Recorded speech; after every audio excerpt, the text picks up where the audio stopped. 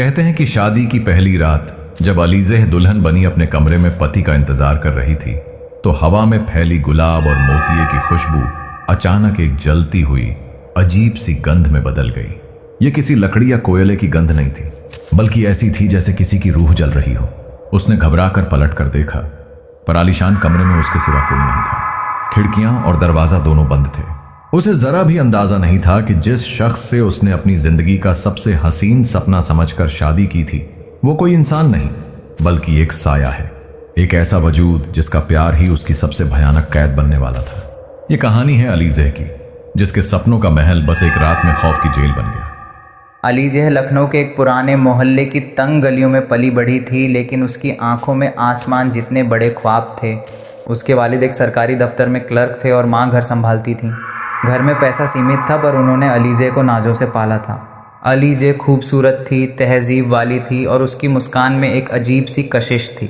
वो अक्सर अपनी खिड़की पर बैठकर दूर खड़ी बड़ी बड़ी कोठियों को देखती और सोचती, क्या कभी उसकी ज़िंदगी भी ऐसी होगी? क्या उसे कोई ऐसा शहज़ादा मिलेगा जो उसे इन तंग गलियों से निकालकर सपनों के महल में ले जाएगा? और फिर एक दिन जैसे उसकी दुआ सच में कबूल हो गई। वो एक दोस्त की शादी में गई थी जब उसकी नज़र एक ऐसे शख्स पर पड़ी जिसे देखकर पल भर के लिए वक्त ही ठहर गया। वो बेहद हसीन था। लंबा कद, तराशा हुआ चेहरा और गहरी काली आंखें जिनमें एक अजीब सी चमक थी। उसके चारों तरफ अमीरी और ताकत की एक ऐसी हवा थी जो बिना बोले ही सब कुछ बता रही थी। उसका नाम था कैफ। कैफ ने भी अलीज़ेह को देखा और बस देखता ही रह गया। शादी की उस भीड़ में भी उसकी नज़रें सिर्फ अलीज़ेह को ढूंढ रही थीं। कुछ देर बाद वो खुद चलकर अलीज़ेह के पास आया। उसकी आवाज़ उतनी ही गहरी और पुरकशिश थी जितनी उसकी आंखें। माफ़ कीजिएगा, उसने बेहद नरमी से कहा, मैंने आपको पहले यहाँ कभी नहीं देखा। अलीज़ेह का दिल ज़ोर ज़ोर से धड़क रहा था। वो बस शर्मा कर जी ही कह पाई। उस पहली मुलाकात के बाद कैफ ने जैसे अलीज़ेह को अपनी दुनिया बना लिया। उसने कहाँ से उसका पता निकाला ये तो अलीज़ेह आज तक नहीं समझ पाई, लेकिन अगले ही दिन एक शानदार गाड़ी उसके घर के बाहर खड़ी थी। ड्राइवर उसके लिए फूलों का एक बड़ा सा गुलदस्ता और एक ख़त लेकर आया था जिसमें कैफ ने उसके हुस्न की तारीफ़ में शायरियाँ लिखी थीं। अलीज़ेह के घर वाले हैरान भी थे और थोड़े डरे हुए भी। इतना अमीर और ताकतवर इंसान उनकी बेटी के लिए, ये सब एक सपने जैसा था। लेकिन कैफ का बर्ताव इतना शानदार था कि कोई उससे असर हुए बिना रह ही नहीं सकता था। वो जब भी अलीज़ेह के घर आता तो पूरे मोहल्ले में चर्चा शुरू हो जाती। वो उसके वालिद के पैर छूता, उसकी माँ के हाथ का बना खाना बड़े शौक़ से खाता और अलीज़ेह से ऐसी बातें करता जैसे वो कोई मामूली लड़की नहीं बल्कि कोई राजकुमारी हो। उसने अलीज़ेह को बताया कि वो एक बहुत बड़ा बिजनेसमैन है जिसके कारोबार दुनिया भर में फैले हैं। लेकिन जब भी अलीज़ेह ने उसके परिवार या उसके गुजरे हुए कल के बारे में पूछने की कोशिश की तो वो बड़ी खूबसूरती से बात टाल देता। वो कहता, मेरा जो कुछ भी है वो तुम हो अलीज़ेह। मेरा कोई अतीत नहीं, मेरा सिर्फ आज है और आने वाला कल, और मैं चाहता हूँ कि वो दोनों तुम्हारे साथ गुजरें। ये बातें अलीज़ेह को किसी फिल्मी कहानी जैसी लगती थीं। वो कैफ के प्यार में पूरी तरह डूब चुकी थी। वो उसे महंगे तोहफे देता, दुनिया की सबसे खूबसूरत जगहों पर ले जाता और उसकी हर छोटी बड़ी ख्वाहिश पूरी करता। अलीज़ेह को लगने लगा था कि वो दुनिया की सबसे खुशकिस्मत लड़की है। 3 महीने की इस तूफ़ानी मोहब्बत के बाद कैफ ने अलीज़ेह का हाथ थामकर उसे शादी के लिए पूछ लिया। अलीज़ेह के घर वाले थोड़ा हिचकिचा रहे थे। कैफ के ख़ानदान के बारे में कोई कुछ नहीं जानता था। वो कहाँ से आया था, उसके माँ बाप कौन थे, ये सब एक राज था। लेकिन कैफ ने उनके सारे सवालों का एक ही जवाब दिया, मैं अलीज़ेह को इतनी मोहब्बत और इतनी दौलत दूंगा कि उसे कभी किसी चीज़ की कमी महसूस नहीं होगी। मेरा वादा है वो एक रानी की तरह रहेगी। अलीज़ेह की खुशी के आगे उसके घर वालों को झुकना पड़ा। जो सपना उन्होंने अपनी बेटी की आंखों में देखा था, कैफ उसे पूरा कर रहा था। और फिर वो शादी हुई जिसकी चर्चा पूरे लखनऊ में महीनों तक रही। शादी किसी शाही जश्न से कम नहीं थी। अलीज़ेह ने हीरे जड़ा हुआ लिबास पहना था और वो वाकई किसी परी जैसी लग रही थी। जब कैफ ने उसका हाथ थामा और कबूल है कहा तो अलीज़ेह को लगा कि आज उसकी दुनिया मुकम्मल हो गई। उसे लगा कि अब उसकी खुशियों को किसी की नज़र नहीं लग सकती। लेकिन वो गलत थी, क्योंकि कुछ कहानियाँ वहीं से शुरू होती हैं जहाँ से असल डरावना सफ़र शुरू होता है। शादी के बाद कैफ अलीज़ेह को शहर से बहुत दूर एक विशाल और आलीशान हवेली में ले आया। वो हवेली किसी महल से कम नहीं थी। चारों तरफ हरे भरे बाग, बीच में एक बड़ा सा फव्वारा और संगमरमर से बनी इमारत। अंदर कदम रखते ही अलीज़ेह की आंखें चौंधिया गईं। हर चीज़ कीमती और नायाब थी। कैफ ने उसे अपनी बाहों में उठाया और कहा, यह है हमारा घर, हमारी दुनिया। आज से तुम इस सल्तनत की रानी हो। शुरुआती कुछ दिन तो वाकई किसी सपने की तरह गुजरे। कैफ उस पर जान छिड़कता था। लेकिन हवेली के नौकर चाकर बहुत अजीब थे। वो कभी किसी से बात नहीं करते थे, बस सिर झुकाए अपना काम करते और गायब हो जाते। अली जह ने जब कैफ से इस बारे में पूछा तो उसने हंसकर कहा, मैंने उन्हें सख्त हिदायत दी है कि तुम्हें किसी भी तरह की तकलीफ़ ना हो। लेकिन फिर धीरे धीरे चीज़ें बदलने लगीं। सबसे पहले अली जह ने उस अजीब गंध को महसूस करना शुरू किया। कभी कभी जब वो हवेली में अकेली होती तो उसे अचानक एक बेहद तेज़ और अजीब महक आती। ये किसी फूल या परफ्यूम जैसी नहीं थी, बल्कि बहुत पुरानी किसी मज़ार पर जलने वाले लोबान और इत्र की मिली जुली महक जैसी। वो आती, कुछ पल रहती और फिर अचानक गायब हो जाती। फिर आवाज़ें शुरू हुईं। रात के सन्नाटे में उसे हवेली के खाली गलियारों से किसी के फुसफुसाने की आवाज़ें आती। कभी लगता जैसे कोई औरत सिसकियाँ ले रही है, तो कभी लगता जैसे कोई बहुत धीमी आवाज़ में उसका नाम पुकार रहा है, अली जे। वो डर कर उठ जाती, लेकिन हर तरफ खामोशी होती। एक दिन दोपहर में वो अपनी शादी की तस्वीरें देख रही थी। उसने एक तस्वीर उठाई और उसे साफ करके वापस मेज़ पर रखा ही था कि उसके पीछे दीवार पर टंगी एक पुरानी पेंटिंग अपने आप हिलने लगी। अली जे की सांस अटक गई। हवा का कोई झोंका नहीं था, खिड़कियां बंद थीं। पेंटिंग कुछ देर तक धीरे धीरे हिलती रही और फिर रुक गई। अली जे का दिल डर के मारे उछलकर हलक में आ गया। जब रात को उसने कांपती हुई आवाज़ में ये बात कैफ को बताई तो वो पहले तो हंसा, फिर उसका चेहरा अपने हाथों में लेकर बोला, मेरी जान, तुम शायद थक गई हो। नई जगह है, नया घर है, इसलिए तुम्हें ऐसा वहम हो रहा है। यहाँ हमारे सिवा और कोई नहीं है। कैफ की बातों में इतना यकीन होता था कि अली जे खुद को ही कसूरवार मानने लगती। उसे लगा कि शायद वो वाकई ज़्यादा सोच रही है। लेकिन घटनाएं रुक नहीं रही थीं, बल्कि और ज़्यादा डरावनी होती जा रही थीं। कैफ का प्यार भी अब बदलने लगा था। उसकी मोहब्बत में अब एक जुनून, एक कब्ज़ा करने की चाहत दिखने लगी थी। वो उसे एक पल के लिए भी अकेला नहीं छोड़ता था। उसने अली जे का हवेली से बाहर निकलना लगभग बंद करवा दिया था। जब भी अली जे अपने घर जाने की बात करती तो वो कोई ना कोई बहाना बना देता। एक शाम अली जे बगीचे में टहल रही थी। उसने देखा कि कैफ दूर पेड़ों के झुरमुट में किसी से बात कर रहा है। लेकिन जब वो पास पहुंची तो देखकर हैरान रह गई। वहाँ कोई नहीं था। कैफ हवा में हाथ हिलाकर बेहद गुस्से में किसी से बात कर रहा था। उसकी आवाज़ गहरी, खुरदरी और किसी अनजान भाषा में थी। अली जे एक पेड़ के पीछे छिपकर उसे देखने लगी। कैफ का चेहरा गुस्से से लाल था और उसकी आंखें। एक पल के लिए अली जे को लगा जैसे कैफ की आंखें अंधेरे में अंगारों की तरह चमक रही हैं। अचानक कैफ चुप हो गया और पलटा, जैसे उसे अली जे की मौजूदगी का एहसास हो गया हो। एक ही पल में उसके चेहरे पर वही पुरानी मुस्कान लौट आई। तुम यहाँ क्या कर रही हो? मैं तो बस एक ज़रूरी इंटरनेशनल कॉल पे था। अली जे कुछ बोल नहीं पाई। उसका गला सूख गया था। वो जानती थी कि कैफ झूठ बोल रहा है। वो हवा से बातें कर रहा था। उस रात उसके दिल में पहली बार कैफ के लिए मोहब्बत के साथ साथ एक अनजाना सा खौफ पैदा हुआ। ये खौफ तो बस एक शुरुआत थी। अली जे की ज़िंदगी में अभी वो तूफ़ान आना बाकी था जो उसके सपनों के साथ साथ उसकी रूह को भी तबाह करने वाला था।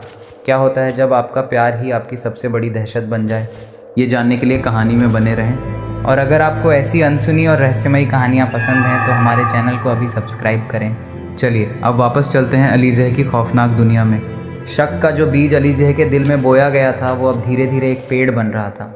हवेली में एक हिस्सा ऐसा था जहां जाने की अली जे को सख्त मनाही थी। एक पुराना गलियारा जिसके आखिर में एक बड़ा सा लकड़ी का दरवाज़ा था जिस पर हमेशा ताला लगा रहता था। कैफ ने कहा था उस तरफ कभी मत जाना, वो स्टोर रूम है। कैफ का लहजा इतना सख्त था कि अली जे ने दोबारा पूछने की हिम्मत नहीं की। लेकिन अब उसका दिल बार बार उसी दरवाजे की तरफ खींचता था। उसे यकीन था कि उस दरवाजे के पीछे ही कैफ का सबसे बड़ा राज छिपा है। एक दिन कैफ को किसी ज़रूरी काम से शहर जाना पड़ा। ये कई हफ्तों में पहली बार था कि अली जे हवेली में बिल्कुल अकेली थी। उसके पास मौका था। वो कांपते कदमों से उस पुराने गलियारे की तरफ बढ़ी। दरवाजे पर एक बड़ा पुराना ताला लगा था। उसने आसपास देखा पर चाबी कहीं नहीं मिली। फिर उसकी नज़र दरवाजे के ऊपर एक छोटे से रोशनदान पर पड़ी। वो एक स्टूल खींचकर लाई और उस पर चढ़कर अंदर झांकने की कोशिश की। अंदर घना अंधेरा था, लेकिन फिर जब उसकी आंखों को अंधेरे की आदत हुई तो कुछ ऐसा दिखा जिससे उसकी रूह कांप गई। कमरे के बीचों बीच ज़मीन पर कोयले से एक अजीब सा गोला बना हुआ था। गोले के बीच में एक अंगीठी रखी थी जिसमें से दहकते हुए अंगारे टिमटिमा रहे थे। कमरे की दीवारों पर अजीब व गरीब निशान और अक्षर खुदे हुए थे जो किसी भी जानी पहचानी भाषा के नहीं थे। ये कोई स्टोर रूम नहीं था, ये किसी शैतानी रस्म की जगह लग रही थी।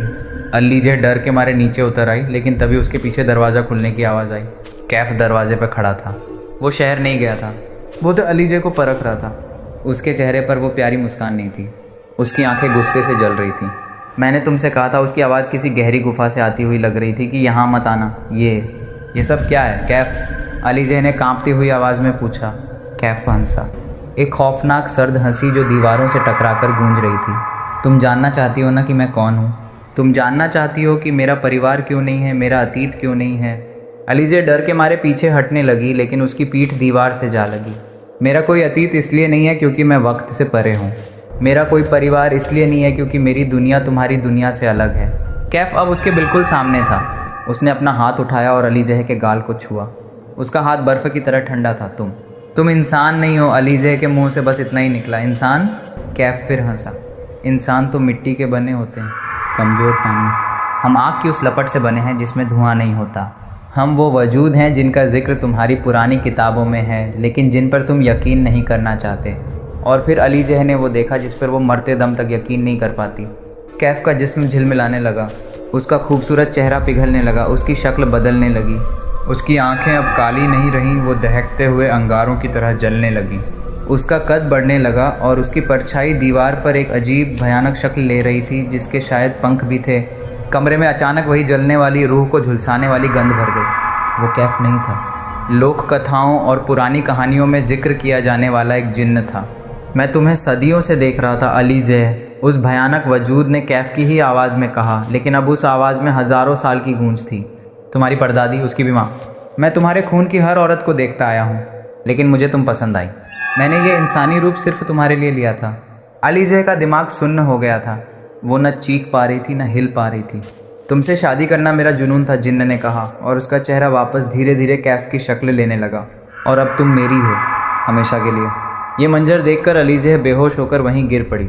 जब उसकी आंख खुली तो वो अपने बिस्तर पर थी और कैफ उसके पास बैठा था। उसके चेहरे पर वही प्यार भरी मुस्कान थी। एक पल के लिए अलीजे को लगा कि शायद वो एक भयानक सपना देख रही थी। तुम ठीक हो मेरी जान? कैफ ने पूछा। अलीजे ने उसकी आंखों में देखा, वही गहरी काली आंखें। लेकिन अब अलीजे को उन आंखों के पीछे दहकते हुए अंगारे साफ नज़र आ रहे थे। ये सपना नहीं था, ये उसकी ज़िंदगी की सबसे खौफनाक हकीकत थी। उस दिन के बाद वो आलीशान हवेली अलीजे के लिए एक सोने का पिंजरा बन गई। एक ऐसी जेल जिसकी दीवारें संगमरमर की थीं, लेकिन सलाखें खौफ की बनी थीं। कैफ अब भी ज्यादातर वक्त अपने इंसानी रूप में ही रहता, वही प्यार करने वाला पति।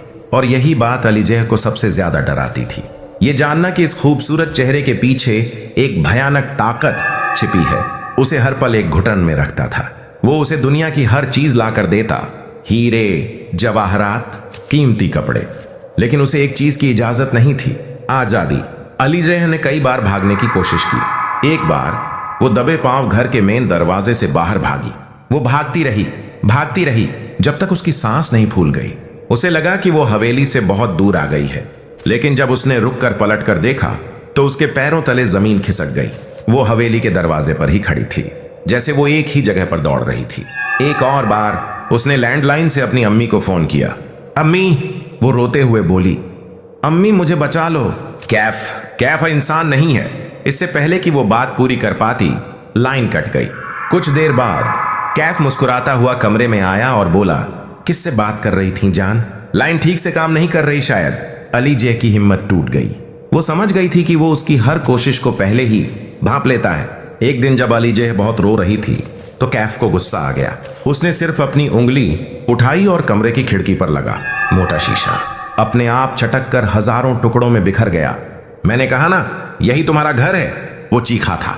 उसकी आवाज में वही गैर इंसानी गूंज थी। अलीजे अब एक जिंदा लाश बन गई थी। वो घंटों खिड़की के पास बैठकर बाहर की दुनिया को देखती रहती। कैफ को उसका ये हाल देखकर तकलीफ होती थी, लेकिन ये एक खुदगर्ज तकलीफ थी। वो उसके पास बैठता, उसके बालों को सहलाता और कहता, तुम मुझसे डरती क्यों हो अलीजे? मैं तुमसे कितनी मोहब्बत करता हूं। तुम्हें बस मेरी हकीकत को कबूल करना है। तुम मोहब्बत नहीं करते।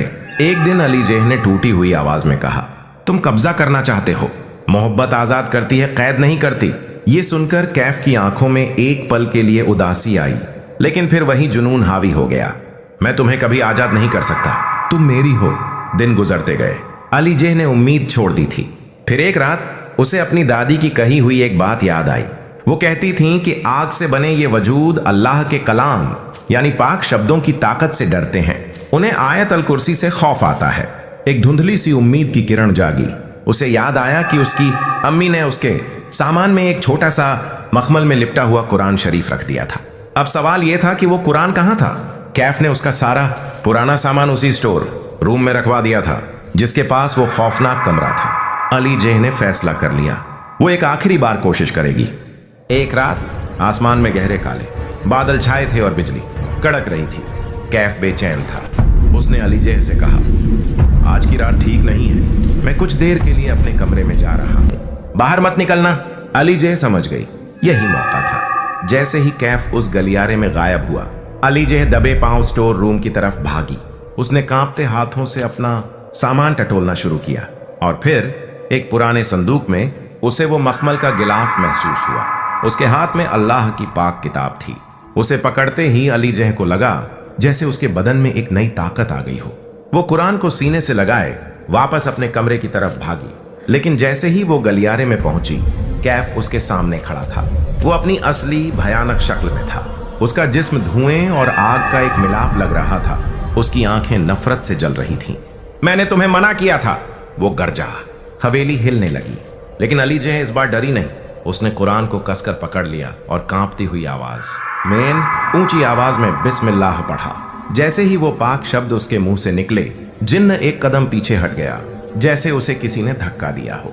चुप हो जाओ, वो चीखा। अली जेह ने हिम्मत जुटाई और आयत अल कुर्सी पढ़नी शुरू कर दी।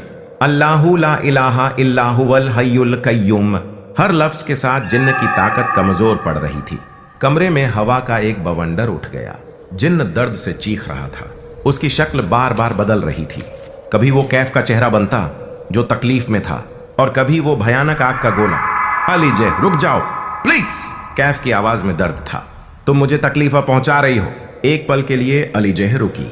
उसकी आंखों के सामने उस कैफ का चेहरा था जिससे उसने मोहब्बत की थी। ये सब छोड़ दो अली जेह, उसने तड़प कर कहा। मैं तुम्हें अपनी दुनिया की मलिका बनाऊंगा, बस ये पढ़ना बंद कर दो। अली जेह की आंखों में आंसू थे। उसने एक आखिरी बार कैफ के उस चेहरे को देखा और फिर अपनी आंखें बंद कर ली। मोहब्बत कैद का नाम नहीं है, उसने कहा, और फिर से और ज्यादा ऊंची और यकीन भरी आवाज में आयत अल कुर्सी दोहरानी शुरू कर दी। इस बार असर भयानक था।